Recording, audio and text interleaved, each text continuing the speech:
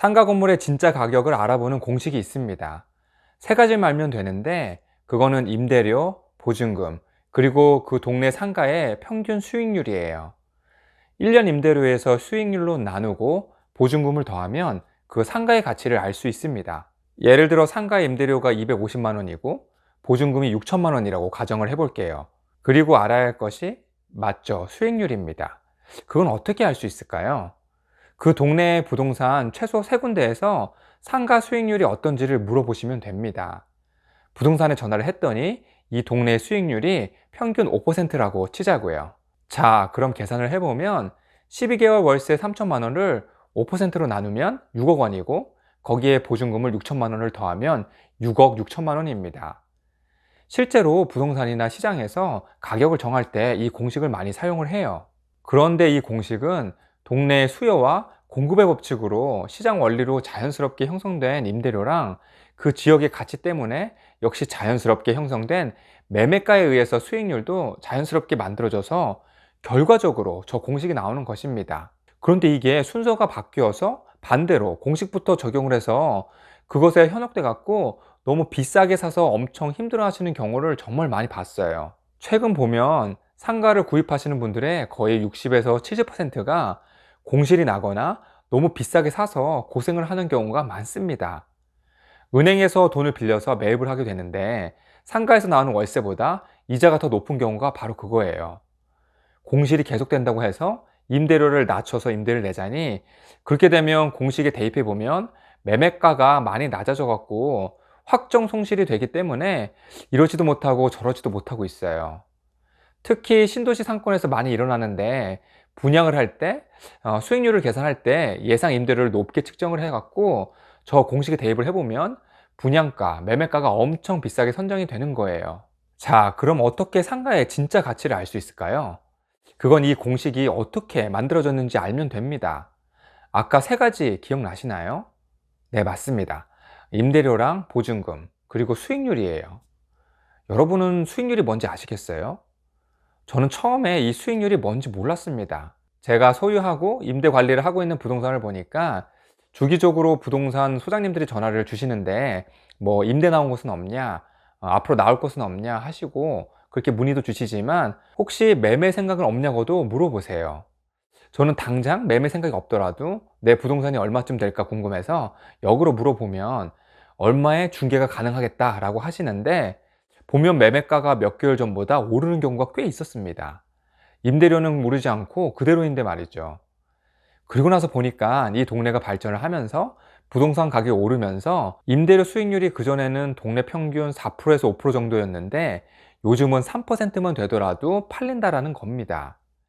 이러한 개념으로 아까 예시를 들었던 상가의 경우 4%의 수익률로 적용해서 나누게 된다면 7억 5천만 원에 보증금 6천이면 8억 1천만 원이에요. 6억 6천만 원에 비해 1억 5천만 원이 올랐습니다. 그럼 나도 임대를 내줄 때 또는 사업을 직접 하거나 수익형 부동산으로 생각을 하고 상가를 매입할 때 이 공식대로 그대로 사용하면 되겠네 싶은데 꼭 그 공식대로 매매가가 형성되어 있지는 않아요. 그럼 상가 건물 진짜 가격의 본질이 뭘까요? 그건 그야말로 현 시세입니다. 그 동네의 임대료는 수요와 공급에 의해서 금액이 결정이 되는 거예요.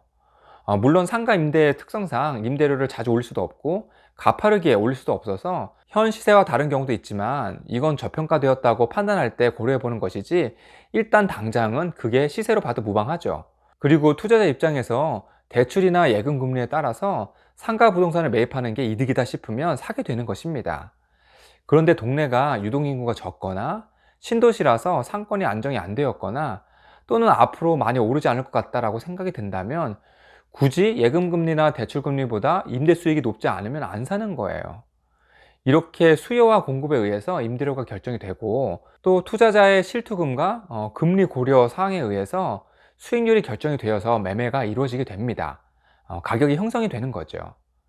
신도시나 상권이 안정이 안 된 동네의 상가의 경우는 수요랑 수요자가 얼마나 임대료를 감내할 수 있는지를 알 수가 없어서 실제 임대료를 알 수가 없어요. 월세 200만 원을 받겠다, 300만 원을 받겠다 하는 거는 희망사항이지 실제 임대료가 아니기 때문이에요.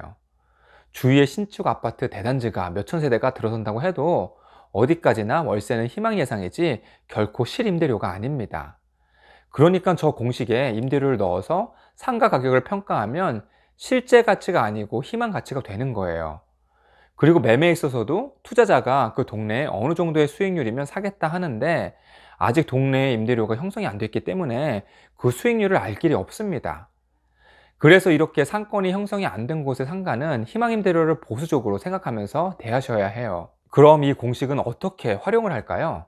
실제로 상가 매매를 할 때 여러 후보 부동산을 보면서 어쨌든 이 공식을 한 번씩 대입해 보는 것은 괜찮은 것 같아요. 빠르게 객관적으로 내가 내야 할 이자까지 계산해 보면서 가치를 판단해 볼 수 있으니까요. 그러면 같은 지역에 거의 비슷한 환경인데 가격의 차이가 난다면 어떤 것이 상대적으로 고평가되었고 저평가가 되었는지 눈치챌 수도 있고요.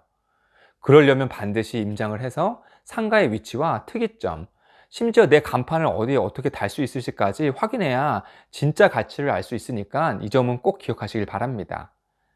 상가의 가치를 알아볼 때 먼저 인터넷으로 알아보시고 거기에 뭐 실거래가야 뭐 밸류맵이나 디스코와 같은 앱을 통해서 최근 매매 가격을 바로 확인할 수가 있으니까 그것도 비교해 보시고 모든 것이 파악이 된다면 임장을 가보시기 바랍니다.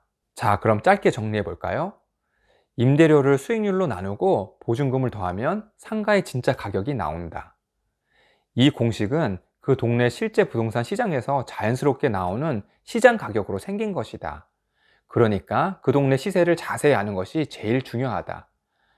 신도시의 상가의 매매가는 시장가가 아니고 희망가이기 때문에 이 공식은 참고만 하자.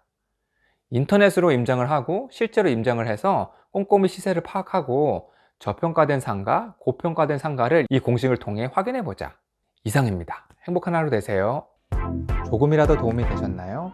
구독과 좋아요는 다음 영상을 만드는 것에 큰 도움이 됩니다. 지속해서 좋은 영상 올려드리겠습니다. 감사합니다.